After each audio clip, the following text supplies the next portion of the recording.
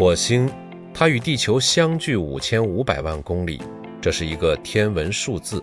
单单这趟距离就足以绕地球赤道1375圈。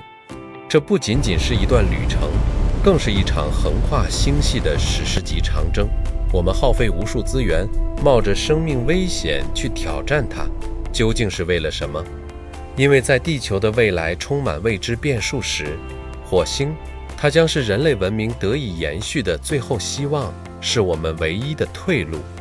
在火星，每个人都能成为超人，这里的重力仅有地球的38%，你随便一跳就能跨过巨石，但这份强大是有代价的。长期缺乏重力的负载，你的身体会判定骨骼不再需要支撑，钙质将像沙漏般无情流失。想象一下，在长达7个月的封闭航程后，如果你不维持极高强度的训练，这场移民梦将变成一场生理灾难。在这里，懒惰不只是坏习惯，它真的会让你伤筋动骨。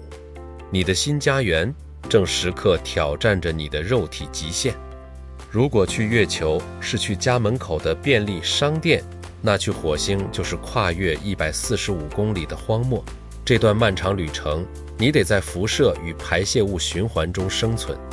火星的地表是一片被宇宙辐射洗劫的焦土，在那里，你不是在居住，是在被慢慢烤焦。为了生存，我们必须像远古祖先那样重回洞穴，利用地底伸出巨大的天然熔岩管，打造人类的钢铁堡垒。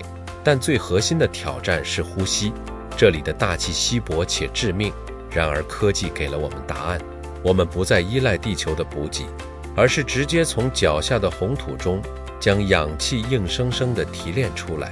这是一场与死神的赛跑，我们正在这颗死寂的星球上亲手撑开一片属于人类的蓝天。在这颗红色的荒漠，每一口呼吸都代价昂贵。这里的大气对人类来说是致死剧毒，但在科技的眼中，那是取之不尽的燃料。 Moxie 装置，这具钢铁铸造的人造肺部，正冷静地拆解毒素，将二氧化碳重组为维持生命的氧气。在火星，氧气不再是理所当然的恩赐，而是经过严密计算后产出的资产。我们在这里生存的每一秒，都是依靠这台机器在死神手中硬生生地争夺回来的生存权。在火星，水比黄金更珍贵，每一滴水都必须经过系统循环利用超过100次。然而谁能想到，前河的红土深处竟然埋藏着数万亿吨的远古水冰？那是火星赐予人类的生命线，也是我们在这片死寂荒漠中扎根繁衍的终极奇迹。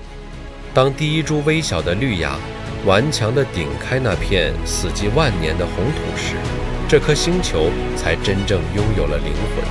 看着这抹翠绿，你会明白，这不仅仅是农业，更是一场在死寂荒漠中重塑生命的史诗。这株幼苗是人类文明在深空中最柔弱却也最坚韧的备份，生命依然可以找到出路。在火星，孤独不再是心理状态，而是一个冷冰冰的物理常数。当你凝视着地平线上缓缓落下的蓝色太阳，你会意识到自己正处于一场人类史上最残酷的孤独实验中。火星移民将是文明史上最寂寞的拓荒者，我们背对着家园，面对着死寂，在无声的星空下孤独地守护着人类文明最后的火种。这就是我们为了进化所付出的代价。离开地球从来不是为了逃避现实的苦难，而是为了人类文明的终极演化。在浩瀚的宇宙面前，我们或许微如尘埃，但我们的观察从未止步。请订阅 GHM， 让我们一起见证人类如何成为跨行星的物种。我是观测员，我们火星见。